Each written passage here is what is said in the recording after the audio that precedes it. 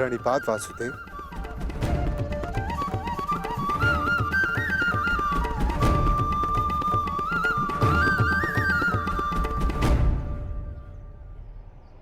आप यहाँ वासुदेव? हाँ धर्मराज, तुम एक परीक्षा में भले ही सफल हो गए, परंतु मैं यहाँ अगली परीक्षा के लिए तुम्हें सावधान करने आया हूं। कैसी परीक्षा माधव? अज्ञातवास की परीक्षा अर्जुन, जो सरल नहीं होगी। क्या उसके विषय में कुछ सोचा है? जैसे वनवास कट गया वैसे ही अज्ञातवास भी कट जाएगा माधव। नहीं युधिष्ठिर, मनुष्य को अपनी कठिनाइयों से निकलने के विषय में पहले सोच लेना चाहिए, क्योंकि कठिनाइयों का लाभ उठाने के विषय में उसके शत्रु पहले सोच लेते हैं। असंभव! कैसे हो सकता है ये? पांडव बचकर कैसे निकल गए?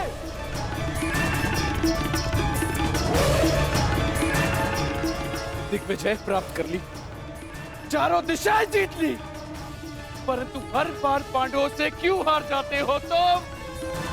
इतने सैनिक साथ थे, शकुनी तुम भी थे, फिर कैसे असफल हुए? कैसे?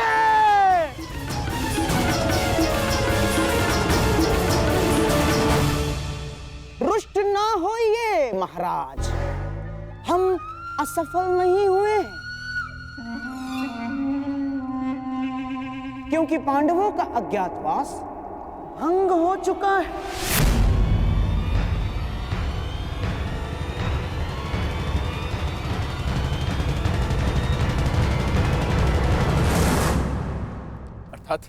अर्थात ये महाराज कि अंगराज कर्ण ने पांडवों को अज्ञातवास में देखा था।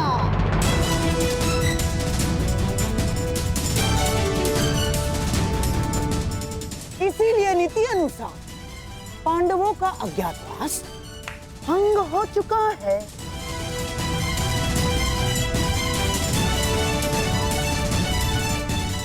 है ना कर्ण? क्या ये सत्य है कर्ण? तुमने पांडवों को देखा था?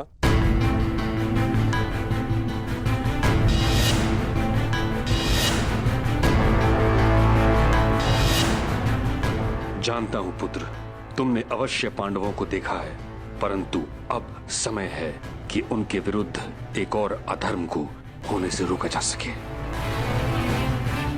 उत्तर दो कर्ण, क्या तुमने पांडवों को देखा था? जी, देखा था।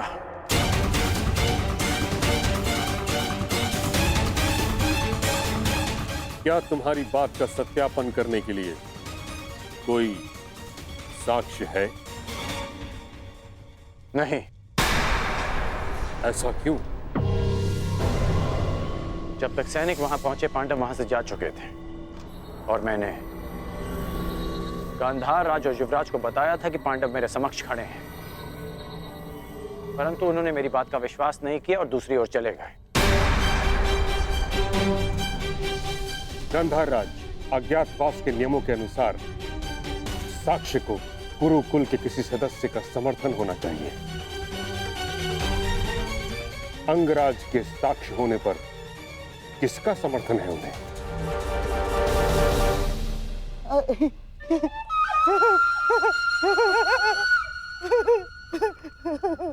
अंगराज कर्ण की बात पर कौन अविश्वास कर सकता है महामहिम?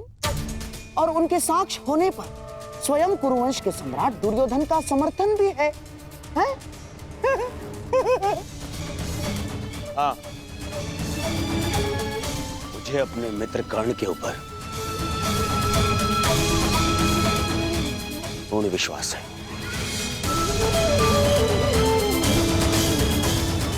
मैं समर्थन करता हूं कि कर्ण ने पांडवों को अज्ञातवास में देखा है।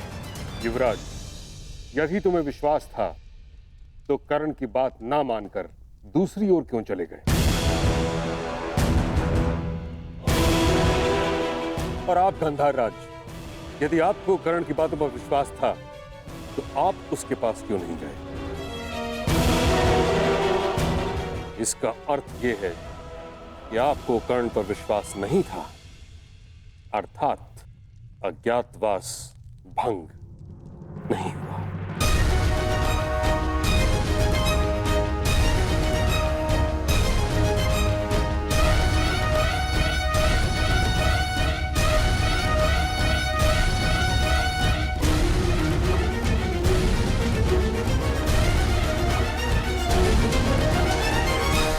लगता है ताचरी कि अब किया क्या जाए। खोज, पांडवों की खोज के अतिरिक्त कोई मार्ग शेष नहीं, क्योंकि नियम अनुसार पांडवों का अज्ञातवास किसी विघ्न के बिना आरंभ हो चुका है। अज्ञातवास में जाने का समय हो गया है, परंतु तुम सबके शस्त्रों को देखकर कोई भी तुम्हें पहचान लेगा। भीम की गदा, अर्जुन का गांडीव और तुम सबके अस्त्रों और शस्त्रों को देखकर तुम्हें कोई भी पहचान सकता है।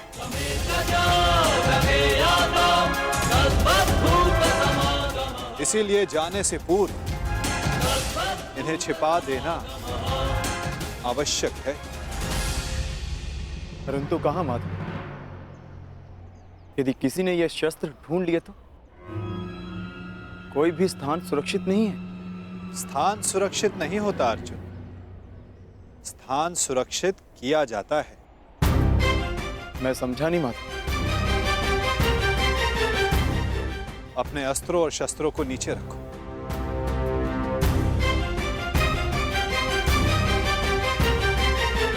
सखी, इस वृक्ष के पीछे श्वेत वस्त्र रखे हैं, उन्हें यहां लेकर आ जाओ। जी।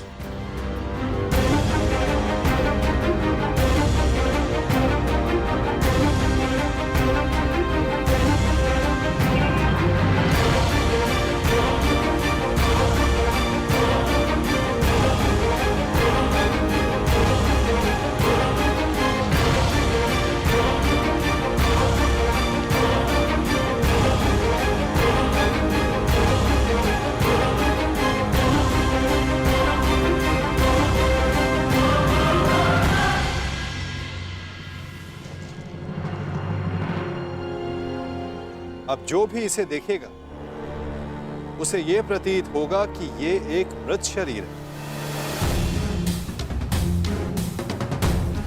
कुछ लोग भय के कारण तो कुछ लोग घृणा के कारण यहां नहीं आएंगे।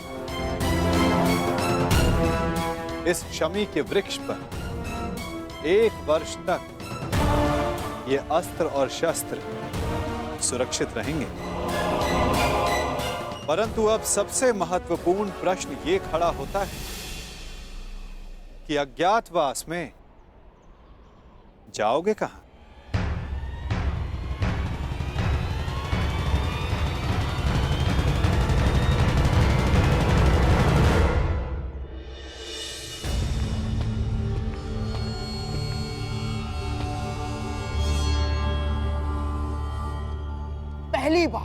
पहली बार किसी ने भरी सभा में शकुनी को मूर्ख सिद्ध किया है कर्ण, और इसका मूल्य तुम्हें चुकाना होगा। मैंने वन में भी सत्य कहा था और राजसभा में भी। मैं तुम्हें बस मामा जी, बस। एक दूसरे के ऊपर आरोप लगाने बंद कीजिए। तो हो गया। अपने घायल दम पर आरोप का मलहम लगाना बंद कीजिए। और तुम कौन? अपने आप को मेरा सेवक कहते हो ना? तो ठीक है, अब तुम मेरा आदेश मानोगे। जाके ढूंढो उन पांडवों को। केवल 1 वर्ष है मेरे पास, केवल 1 वर्ष। आर्यावर्त के सभी राजा या तो मेरे अधीन हैं और या मेरे मित्र। तो अब जाओ और ढूंढो इन्हें, गुप्तचर भेजो, जो करना है करो। परंतु मुझे सूचित करो कि पांडव कहां छुपे हैं। बस। जिस आर्यव्रत पर विजय पाने के लिए 12 वर्ष लग गए दुर्योधन, 12 वर्ष, वहां 12 महीनों में पांडवों को कैसे ढूंढ पाओगे तुम? अब हमें ये कार्य शक्ति से नहीं, युक्ति से करना होगा दुर्योधन। लीजिए, ये नई युक्ति आई, अर्थात मामाश्री। अर्थात पांडव किसी भी परिस्थिति में हमारे मित्र राष्ट्रों में नहीं जाएंगे ना। वो वहां जाएंगे जिन्होंने हमारी अधीनता स्वीकार तो कर ली है, परंतु जो मन से पांडवों के पक्ष में है। मन से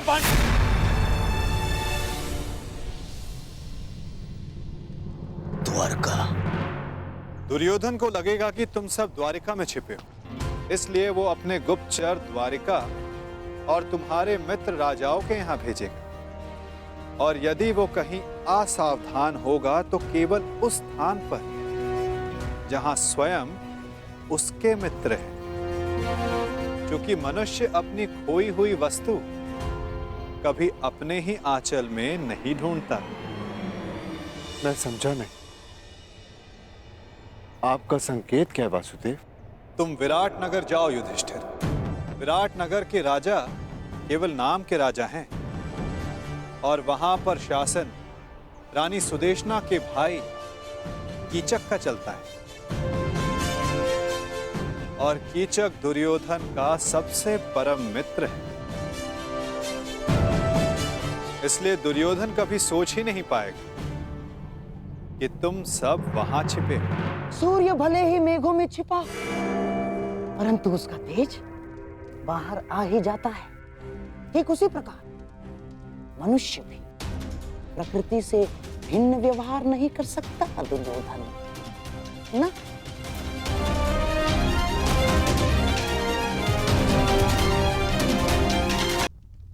युधिष्ठिर धर्मराज है, इसलिए कहीं उपदेशक या मंत्री बना बैठा होगा। इस बार तुम्हें अपनी प्रकृति से भिन्न व्यवहार करना होगा युधिष्ठिर।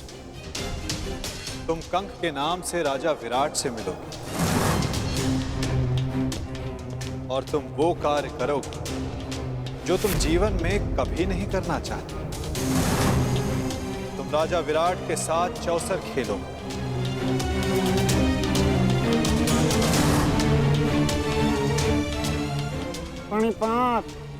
प्रणिपात महाराज। वृकोदर भीम के पेट की अग्नि बुझती नहीं, इसीलिए वो कहीं मिष्ठान्न के प्रतिष्ठान पर होगा। उसकी भूख स्वयं उसका पता बता दे। तुम्हें अपनी भूख पर नियंत्रण रखना होगा भीम। तुम वल्लभ बनकर विराट की भोजनशाला में काम करोगे।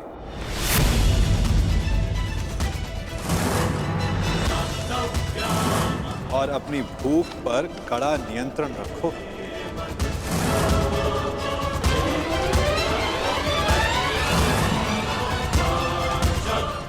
और अर्जुन, उस महाधनुर्धर का पौरुष कहां छिप सकता है ना? वो कहीं होगा सैनिक के वेश में अपना पौरुषत्व दिखाएगा। और तुम पार्थ, समय आ गया कि उर्वशी से मिले श्राप को वरदान सिद्ध करने का। तुम्हें 1 वर्ष के लिए अपने पौरुष को त्यागना होगा। नपुंसक बृहन्नल्ला बनकर तुम राजा विराट की संगीतशाला में कार्य करो।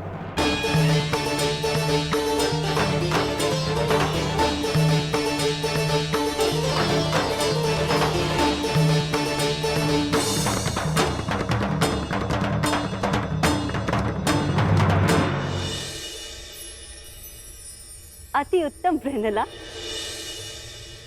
क्या तुम हमारी पुत्री उत्तरा को संगीत और नृत्य की शिक्षा दोगी?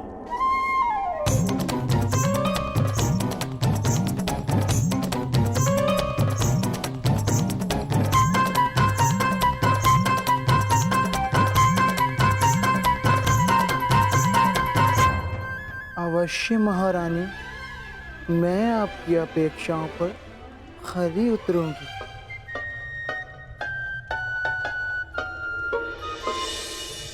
नकुल सहदेव बेचारे कोमल सुंदर, उनसे परिश्रम नहीं होगा ना। इसीलिए किसी राज्य में सभासद बनकर बैठे होंगे। नकुल, सहदेव, तुम ग्रंथिक बनकर और तुम तंतिपाल बनकर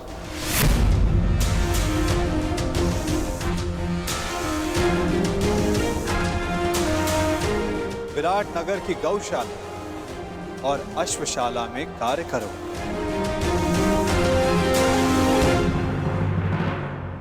और सबसे अधिक वो पांचाली, उसका तेज, उसकी आंखों की ज्वाला कहां किसी से छिप सकती है दुर्योधन। और तुम सखी, तुम्हें अपना दर्प छिपाने के लिए सबके समक्ष घूंघट में रहना होगा। दासी सैरंधरी बन, जिसके पति गंधर्व, तुम रानी सुदेशना की रूप सज्जा का कार्य संभालो।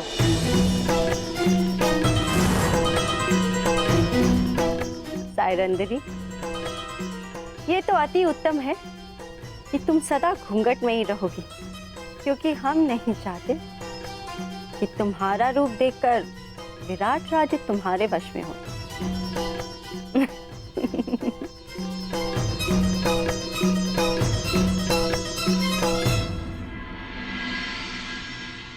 यदि मेरे सिखाए मार्ग पर चलोगे तो पांडवों को ढूंढना कठिन कार्य नहीं होगा।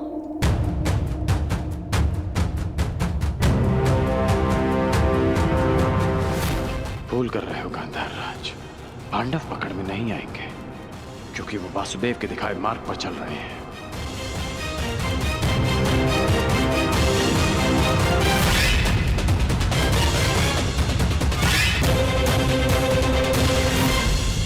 मगध, छेदी, सभी राज्यों से हमारे गुप्तचर रिक्त हाथ लौट रहे हैं। कहीं भी किसी भी राज्य से पांडवों का एक सूत्र हाथ नहीं लग रहा है। क्या पूरे भारतवर्ष में नहीं है वो? ऐसे कहां अंतर्ध्यान हो गए हैं ये पांडव? युवराज की जय हो। मैं पांडवों की खोज में काशी गया था, पर काशी में भी पांडवों की कोई सूचना नहीं मिली युवराज। तुम्हारा साहस कैसे हुआ मेरे सामने आने का? कैसे साहस हुआ? कैसे साहस हुआ?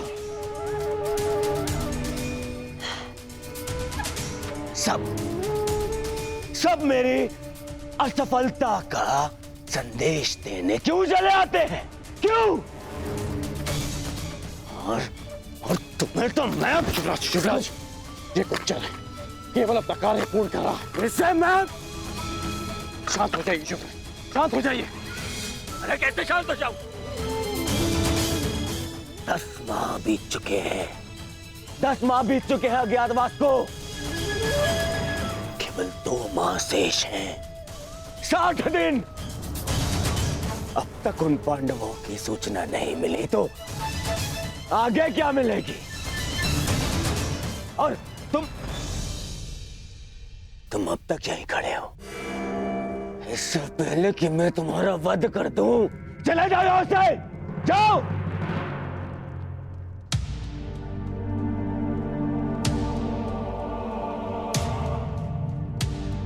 मेरी सफलता मुझसे दूर जा रही है।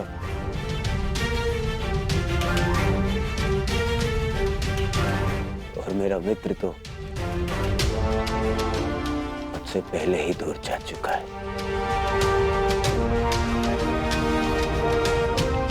और सब कह रहे हैं कि शांत रहो, शांत हो जाओ, शांत हो जाओ। शांत होने की आवश्यकता है। कैसे?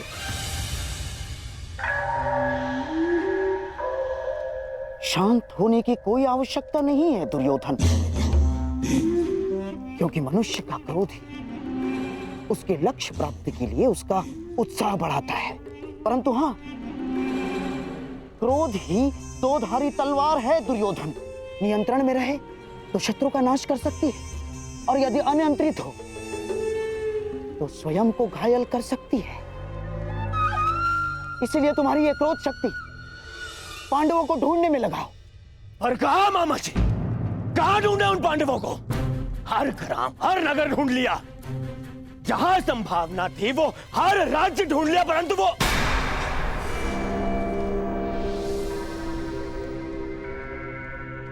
कहीं ऐसा तो नहीं कि हमें जहां ढूंढना चाहिए हमने वहां नहीं ढूंढा। हमारे किसी मित्र राज्य में। हाँ दुर्योधन, हर जगह तो नहीं ढूंढा है हमने पांडवों को।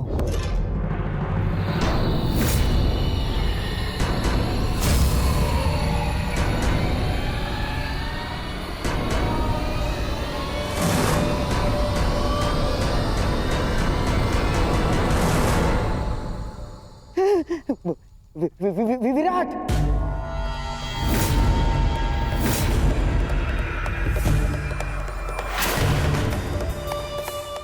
विराट में ढूंढना शेष है। विराट हमारे अधीन है, और विराट का सेनापति कीचक तुम्हारा मित्र, इसीलिए हमने विराट में गुप्तचर भेजे ही नहीं। और अवश्य पांडव यही सोचकर विराट नगर में होंगे कि हम उन्हें वहां ढूंढेंगे ही नहीं।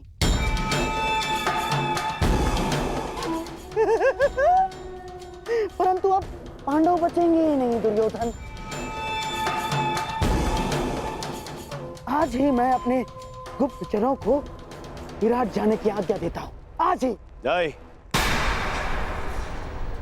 वहां गुप्तचर नहीं जाएंगे।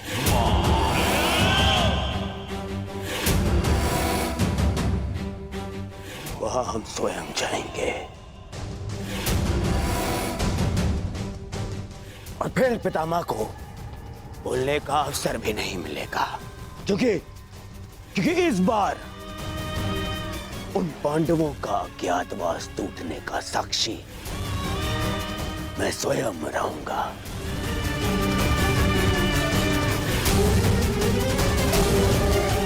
और फिर कीचक मेरा परम मित्र है।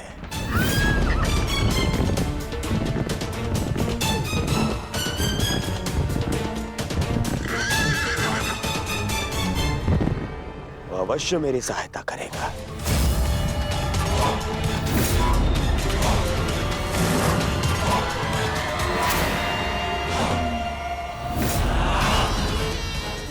कीचक कहने को सेनापति है, परंतु वास्तविकता में विराट का पूरा नियंत्रण उसी के हाथ में।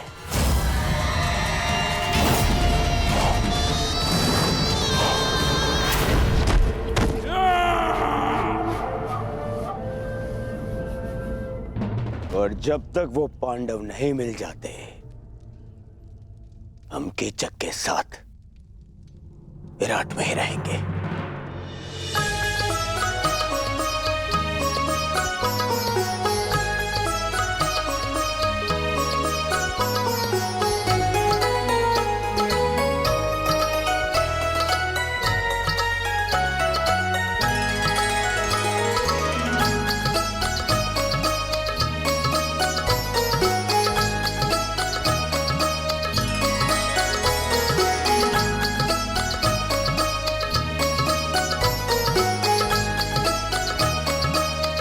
नृत्य का अभ्यास हो रहा है भांजी उत्तरा।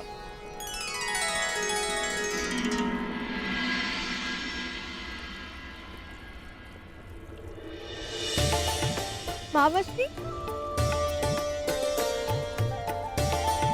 आप मेरे लिए उपहार लाए? अवश्य, अपनी प्रिय भांजी के लिए भला उपहार लाना मैं कैसे भूल सकता हूं?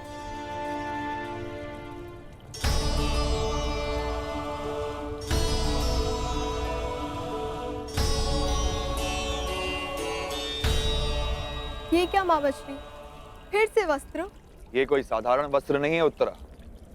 कलिंग राज्य का सबसे श्रेष्ठ वस्त्राकार के हाथों का बुना मलमल है। जब आपको मेरे मनचाहे वस्त्र लाने ही नहीं होते हैं तो आप पूछते ही क्यों है कि क्या मंगाना है? आप भूल गए मैंने आपसे घुंघरू मंगवाए थे। मेरी प्रिय भांजी उत्तरा, शीघ्र ही तुम्हें किसी बड़े राज्य की महारानी बनना है। फिर तुम्हारे एक संकेत पे सैकड़ों नर्तकियां अपना कौशल दिखाएंगी। तुम्हें साधारण घुंघरुओं की क्या आवश्यकता है? होने वाली महारानी हो, अपने वस्त्र आभूषण पर ध्यान देना चाहिए। इस नृत्य और वादन में क्या रखा है, इसका कोई लाभ नहीं। क्षमा चाहती हूँ सेनापति महोदय, परंतु संगीत साधना शस्त्र साधना से कम नहीं होती। वस्त्र आभूषण शरीर सजाते हैं, परंतु संगीत मन को संतोष का आभूषण देता है। शस्त्रों से किसी राज्य को तो जीता जा सकता है, परंतु संगीत मन को जीतने का माध्यम है। यदि तुम उत्तरा की शिक्षिका ना होती ब्रनला, तो मेरे समक्ष मुख खोलने का दंड मृत्यु होता। तुम्हें किन्नर हो, तुम्हें क्या भान की राजस्त्रियों का आचरण क्या होना चाहिए और राजपुरुषों का पौरुष क्या मांग रखता है? तुम तो ना पूर्ण पुरुष हो ना पूर्ण स्त्री। जाओ अपनी वीणा संभालो।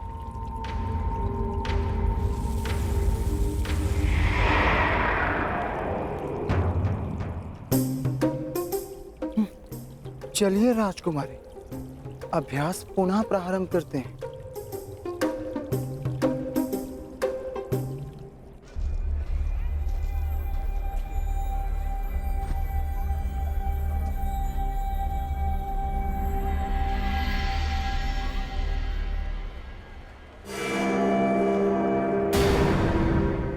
दुर्योधन, कहीं से हमारे यहाँ होने का आह्वान तो नहीं हो गया? हाँ भैया, सुना हस्तिनापुर के युवराज दुर्योधन आए हैं। हाँ, सेनापति कीचक के अभिन्न मित्र हैं और अब तो वे दिग्विजय भी कर चुके हैं। स्वागत है युवराज। आशा है कि पांडव यहाँ नहीं होंगे।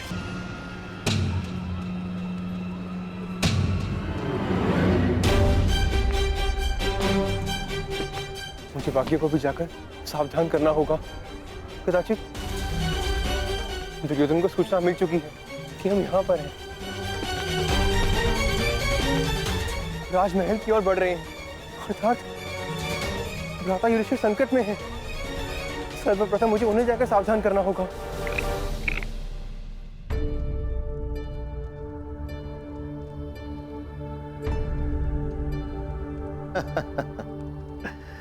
वाह कंक, तुमने तो हमें फिर से हरा दिया।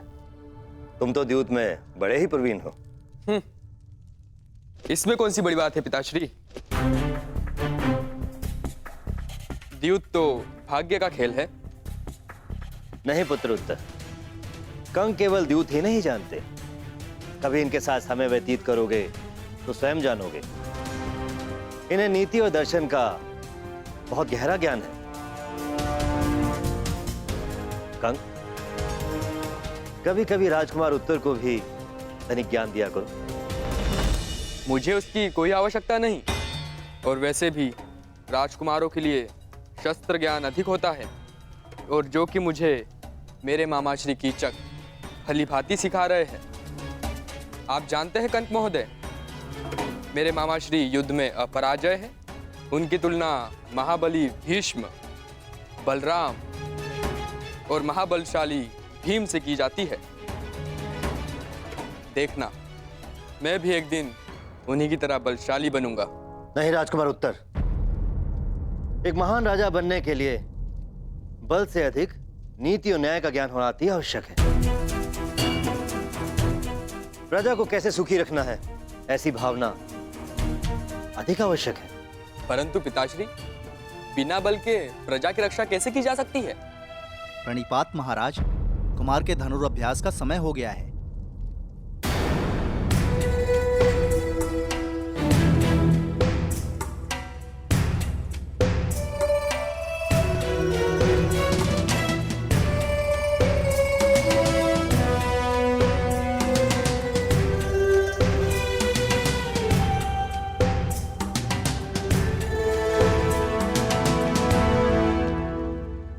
नकुल यहां क्यों आया था? अवश्य कि वो कुछ विशेष बात करना चाहता है। कंक,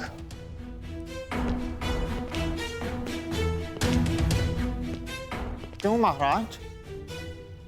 वो तो बड़ा ही बुद्धिमान बालक है। हाँ, परंतु वो कीचक की परछाई में पल रहा है। तुमसे क्या छिपा है कंक? मैं केवल नाम का ही राजा हूं। सत्य तो यह है कि कीचक का प्रभाव मुझसे कहीं अधिक है।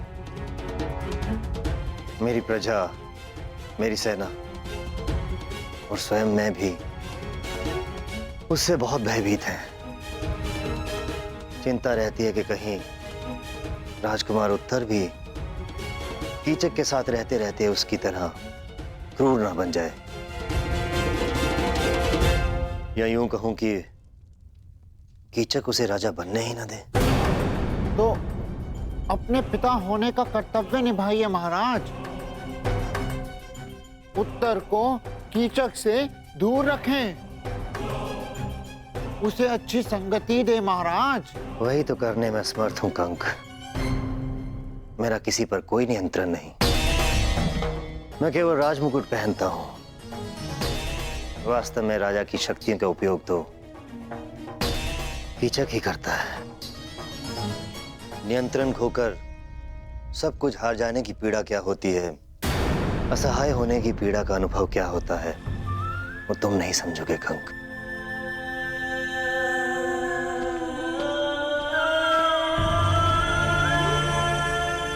जी महाराज।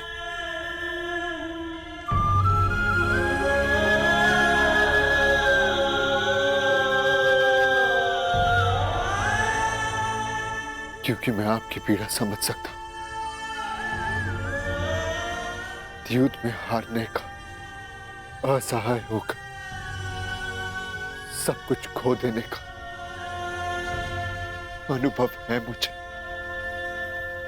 साइरंदरी, आज तक कितनी ही सेविकाएं आई हमारे पास, परंतु किसी में भी तुम्हारे जैसा कौशल नहीं। रूप सज्जा हो या केश विन्यास, तुमसे श्रेष्ठ कोई भी नहीं।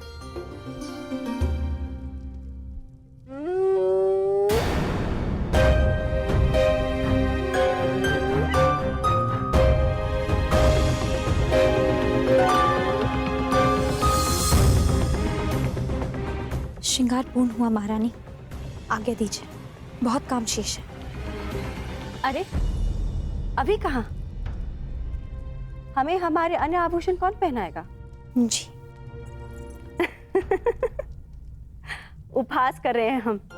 तुम जाओ, आभूषण हम स्वयं पहन लेंगे। अच्छा रुको,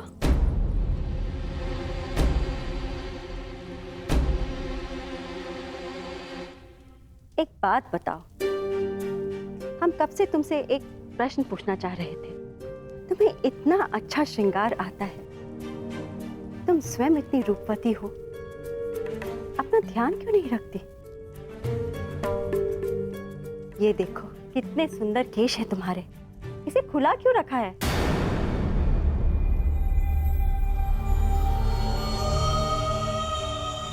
मेरे खुले केश आप पांचों को मेरे अपमान का स्मरण दिलाते रहेंगे। क्योंकि मेरे खुले केश किसी प्रतिज्ञा से बंधे हैं महारानी।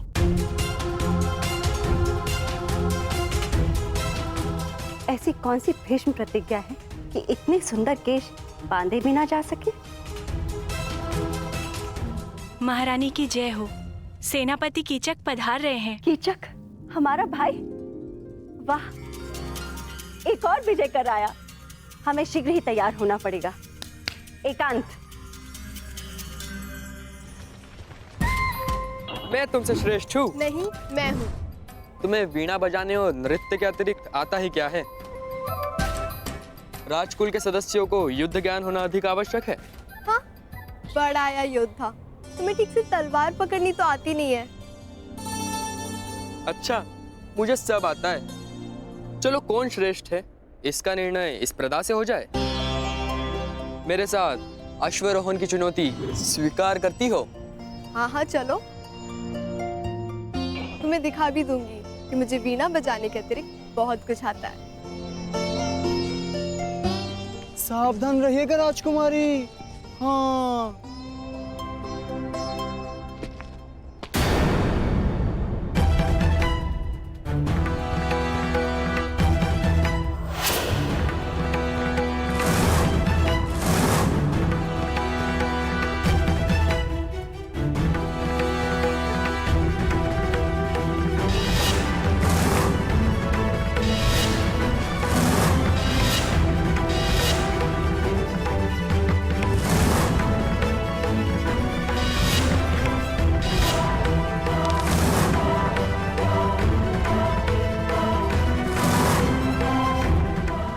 स्त्री कौन है?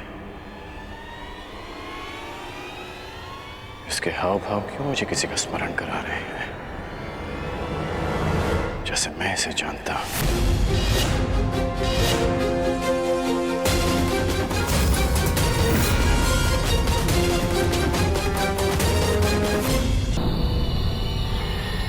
ये स्त्री कौन है? इसके हाव भाव क्यों मुझे किसी का स्मरण करा रहे हैं, जैसे मैं इसे जानता हूं।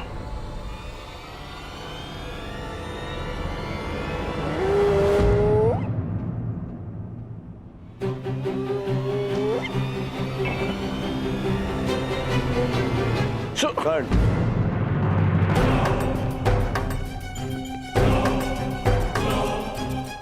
कर्ण, कीचक का संदेश है। हमें महाराज विराट से मंत्रणा करनी है।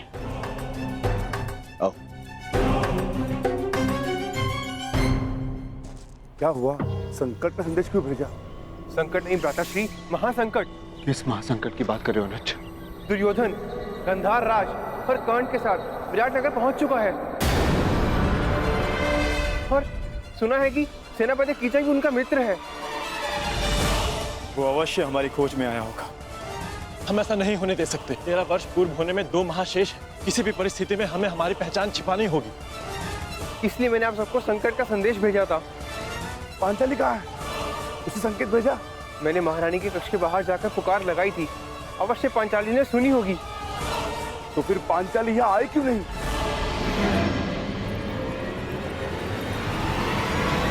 सरेंद्री, राज्यसभा में कुछ अतिथि आए हैं। उनके स्वागत के लिए पात्र वहाँ रखवाने हैं। क्षमा करना, मुझे कुछ विशेष कार्य से जाना है। सहायता करो ना सरेंद्री। अचानक से वो लोग आ गए और दास कम पड़ गए हैं। बड़ा ही आभार होगा। परंतु वो रता से ये राज्यसभा में ले जाओ। मैं अभी आती हूँ। चलो चलो, जल्दी करो, महाराज रुष्ट हो जाएंगे। चलो। पांचाली इस समय महारानी की सेवा में, हो सकता है उसे यहाँ आने का अवसर न मिला हो। यही तो चिंता है ज्येष्ठ, कि पांचाली महारानी की सेवा में है। यदि पांचाली को महारानी ने बुलाया तो उसे राजसभा में जाना होगा। ठीक कहा तुमने अनुज, बिल्कुल ठीक कहा। पांचाली को दुर्योधन की दृष्टि से बचाए रखना अत्यंत आवश्यक है। ये मेरा उत्तरदायित्व है कि मैं पांचाली को राजसभा के समीप न आने दूं। अर्थात आपको दुर्योधन के समीप रहना होगा भ्राता। हाँ, पांचाली को पहचाने जाने से बचाना है तो मुझे ये जुआ अवश्य खेलना होगा। हम पांचों में से मैं ही हूं जो विराट राज के निकट जा सकता है। महाराज, हस्तिनापुर के युवराज ऐसे ही नहीं बन गए हमारे मित्र दुर्योधन। बड़ा बल है इनकी गदा में। विराटनगर का सौभाग्य है कि ये हमारे यहाँ अतिथि बनकर आए। अरे बस मित्र, आवश्यकता से कुछ अधिक ही प्रशंसा कर रहे हो मेरी मित्र, परम मित्र।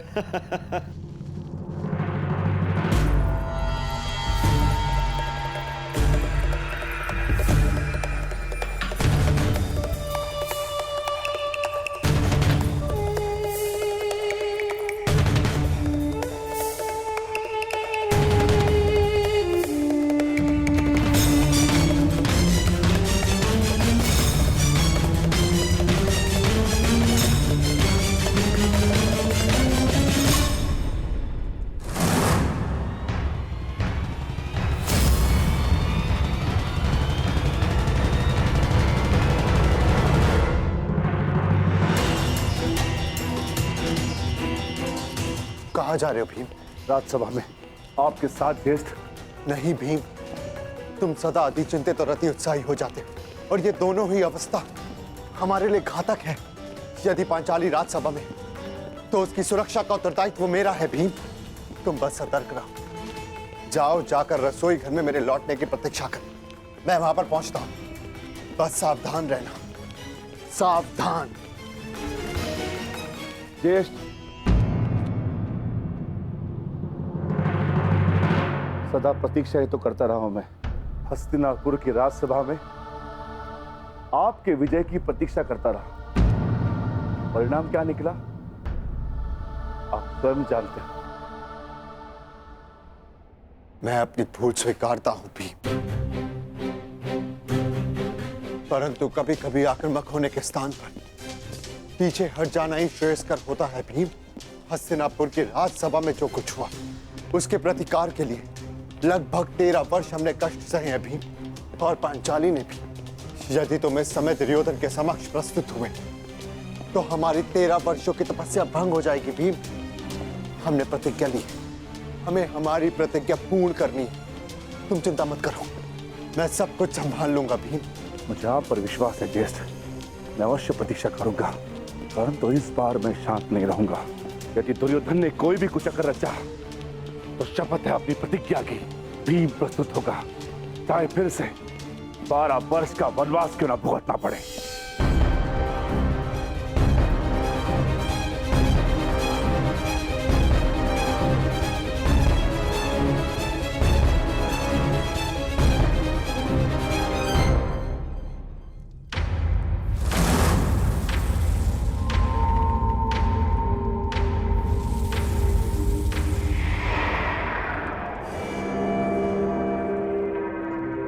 तुम्हारा मित्र कुछ ज्यादा ही रुचि दिखा रहा है उस दासी में दुर्योधन।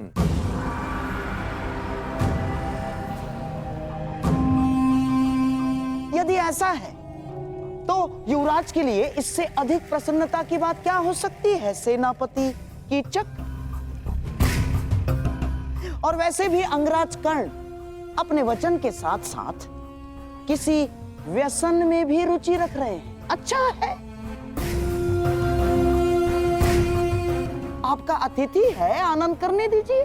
परंतु विराट नगर में आनंद पर अतिथि से पूर्व आतिथ्य का अधिकार होता है। हाँ, कीचक का अधिकार होता है।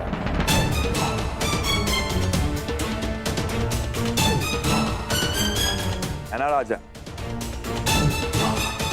दासी, तुम पहले हमारे समक्ष आओ।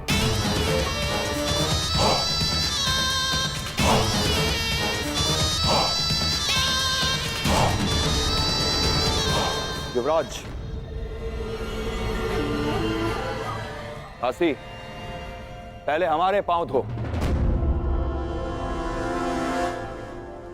सुना नहीं दासी? सेनापति कीचक पुकार रहे हैं।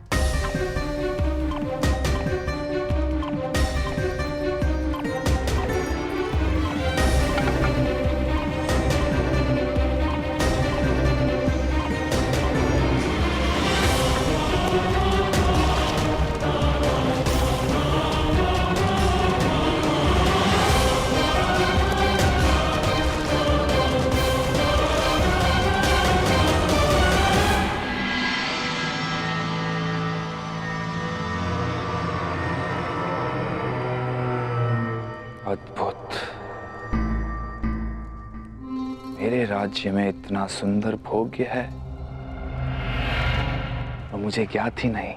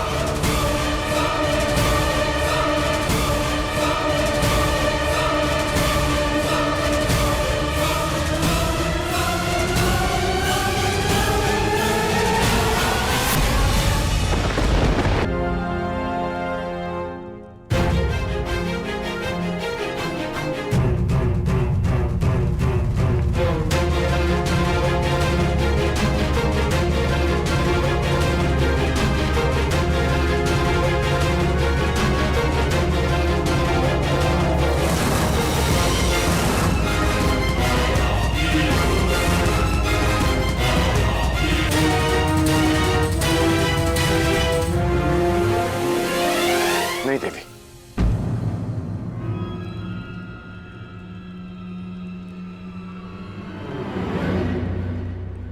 मेरी दृष्टि में स्त्री इतनी हीन नहीं हो सकती कि उसे पुरुष के चरण धोने पड़े, चाहे वो एक दासी ही क्यों ना हो।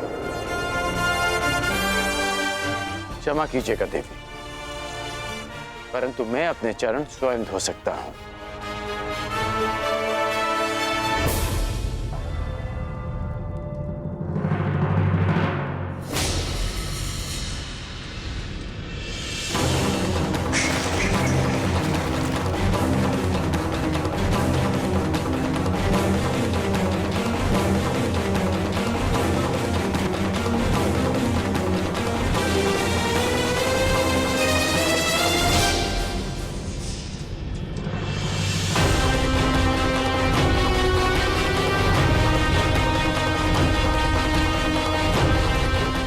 शीघ्रता भी क्या है सुंदरी, अपना नाम तो बता दीजिए।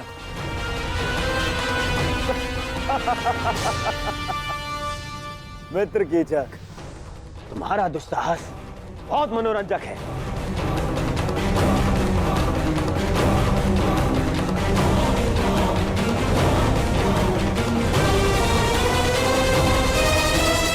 सूर्य अपना तेज सारे संसार में बांटता है, चंद्रमा अपनी शीतलता सबको देता है। फिर तुम क्यों अपना मुख मुझसे छुपा रही हो सुंदरी? एक बार और इसे देखकर आनंदित होने दो। भयभीत हो? हाँ, वो तो यहां सभी हैं मुझसे। कोई बात नहीं, मैं तुम्हारा भय अभी दूर किए देता हूं।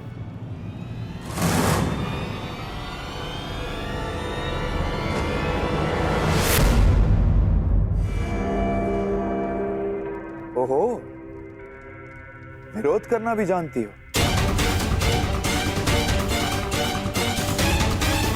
अच्छा है, विरोध करना सुंदरियों का एक गुण है, मुझे अच्छा लगा।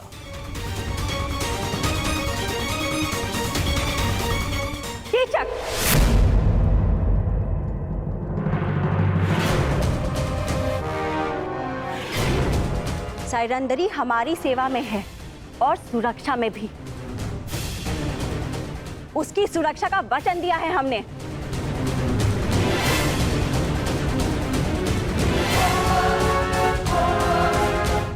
साइरंदरी अच्छा नाम है। जाओ साइरंदरी।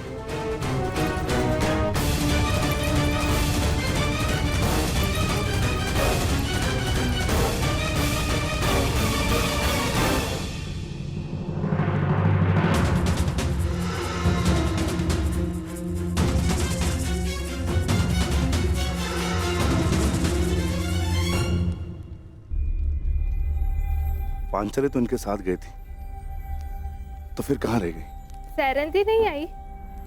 नहीं, उन्हें सेनापति कीचक ने रोक लिया। अब न जाने क्या होगा।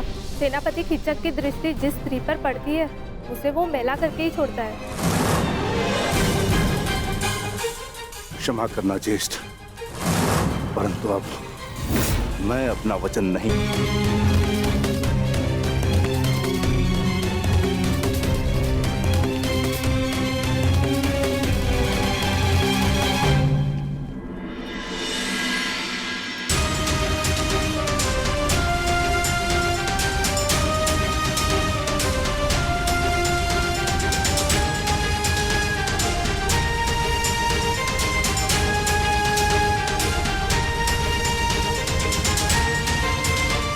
पांचाली सुरक्षित है। ज्येष्ठ ने अपना उत्तरदायित्व पूर्ण किया। मित्र दुर्योधन, मैं तुम्हें हमारी सेना के महत्वपूर्ण पदाधिकारियों से मिलवा देता हूं। ये तुम्हारा मंतव्य पूरा करने में सहायक सिद्ध होंगे। आओ।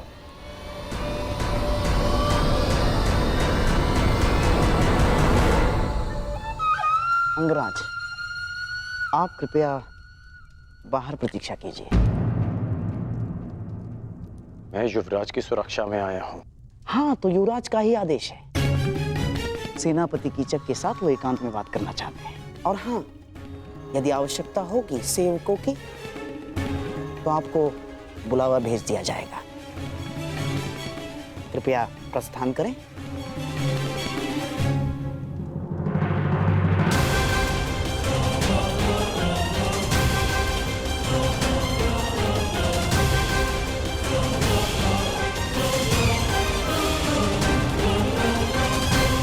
मित्र, हमने उन पांडवों को हर स्थान, हर दिशा में ढूंढा है। केवल विराटनगर शेष है। यदि तुम्हारी सहायता ना मिली तो 2 माह पश्चात ही हस्तिनापुर पर महायुद्ध का संकट मंडराएगा। और वो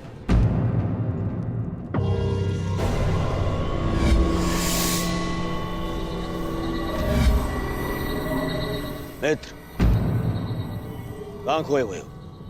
तुम सुन रहे हो ना? हाँ हाँ, कहो मित्र। तो सुनो, केवल ये विराट नगर है जहां हमने हमारे गुप्तचरों को नहीं भेजा है। और हमें संदेह है कि वो पांडव यहीं विराट नगर में छुपे हैं।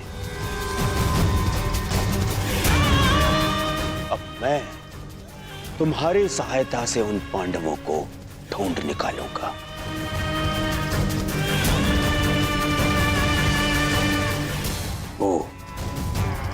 वो 5 पांडव महातेजस्वी हैं। यदि दृष्टि रखोगे तो पहचान लोगे। और वो द्रौपदी का रूप तो किसी घूंघट में भी नहीं छुप सकता।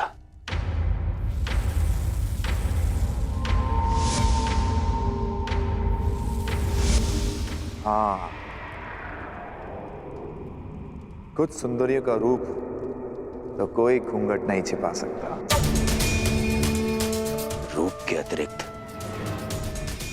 दर्प की भी कमी नहीं है उस 5 पतियों वाली में। मुझे विश्वास है कि वनवास के पश्चात भी उस द्रौपदी का दर्प और घमंड कम नहीं हुआ होगा। मित्र दुर्योधन, सुंदरियों को ढूंढना, उनका भोग करना मेरी रुचि का कार्य है। मित्र दुर्योधन, निश्चिंत रहो। अब तुम यहां आ ही गए हो तो पांडवों को यहां से अपने साथ लेकर जाओगे। परंतु क्या विराट राज इस कार्य के लिए सहयोग करेंगे? विराट राज केवल मुकुट पहनते हैं, गांधार राज यहाँ की चक्का चलता है। इसलिए मेरे वचनों को आप राजन के वचन समझें। मैंने कुछ अनुचित तो नहीं कहा ना राजन?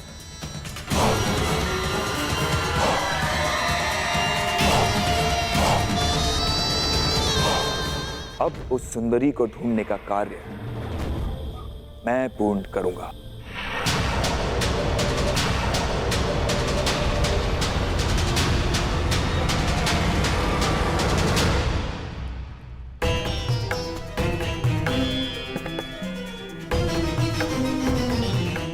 विश्वास है कि युवराज दुर्योधन कीचक का समर्थन और सहयोग लेने की चेष्टा करेंगे।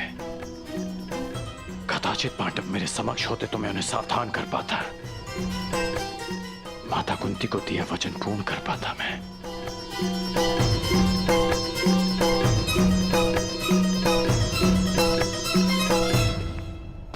समझ में नहीं आता कि दुर्योधन यहां आया क्यों है।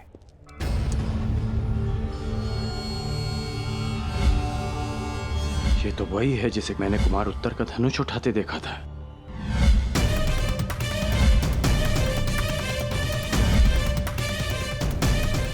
ये इस बात ही छिपकर किससे और क्यों बात कर रही है? क्यों हर बार मुझे अनुभव होता है कि मैं इसे जानता हूं।